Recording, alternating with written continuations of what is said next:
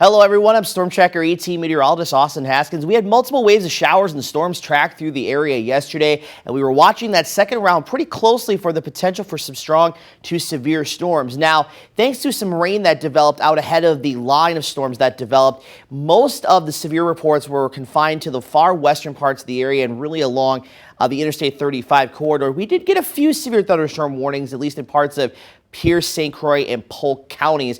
We had a report of 1.25 inch hail in Osceola, an inch hail in Balsam Lake, and then we had some reports of multiple trees down in Hudson. That was really the only major reports in our region. Some of the stronger storms were actually farther up to the north, up in northeast Minnesota. There was reports of a tornado on the ground near Cotton and Canyon, Minnesota, which is about 20 miles north and west of Duluth and Superior. And then just southwest of there was a report of 1.5 inch hail that caused some damage on cars on Interstate 35. That was south and west of Duluth and the Cloquet areas and north of Moose Lake. So some of the stronger storms were up to the north and west, but we did pick up some beneficial rain, which was certainly nice to see considering how dry it had been for the last few weeks.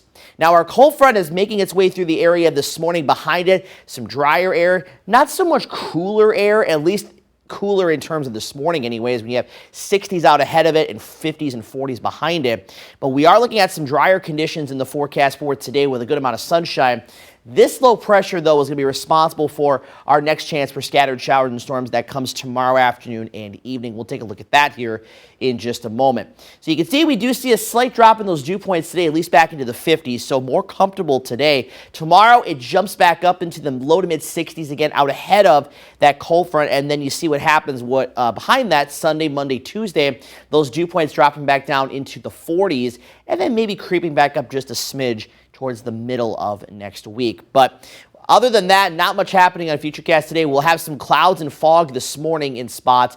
Otherwise, a lot of sunshine for today. Clear skies this evening, so any Friday night events outdoors, football, wherever, maybe a night out in the town, no problems whatsoever. And it's going to be pretty comfortable, too, as I mentioned. A few clouds overnight into tomorrow morning, maybe a couple of showers possible, but really the better chance for at least more slightly organized activity is going to be mid to late afternoon into the evening hours through about, say, 9-10 p.m., as we could be seeing at least a broken line of scattered showers and a few storms tracking through. We'll quiet down overnight into Sunday. Futurecast is wanting to show a little more sunshine for Sunday. I'm thinking we're going to stay mostly cloudy, though, but the farther north you go, we should see a little more sunshine as our rain chances are now all but south and east of our area. Now, there is a very low-end marginal risk for an isolated strong to severe storm tomorrow from Eau Claire, Menominee, and Baldwin points to the south, and then west of the Black River Falls area, mostly for an isolated wind gust or two up to 50 to 60 miles per hour. Hail maybe up to about dime to nickel size, but that's below severe criteria, and no tornado threat is expected out of that. Highs today, mid to upper 70s and low 80s. So another pretty warm day. Our average high in Eau Claire today is 71, so we're still about 10 degrees above average there. Lows tonight back into the 50s, closer to 60 south and west, closer to 50 farther north and east. Tomorrow, low to mid 80s across the area, so the last warm day ahead of us, and then look what happens behind that front. You saw those dew points drop back down. Well, so do the temperatures. We'll go from the 80s to about 65 to 70 on Sunday, so a little bit of a pattern flip as we head into Sunday and Monday, just in time for the fall equinox Sunday morning.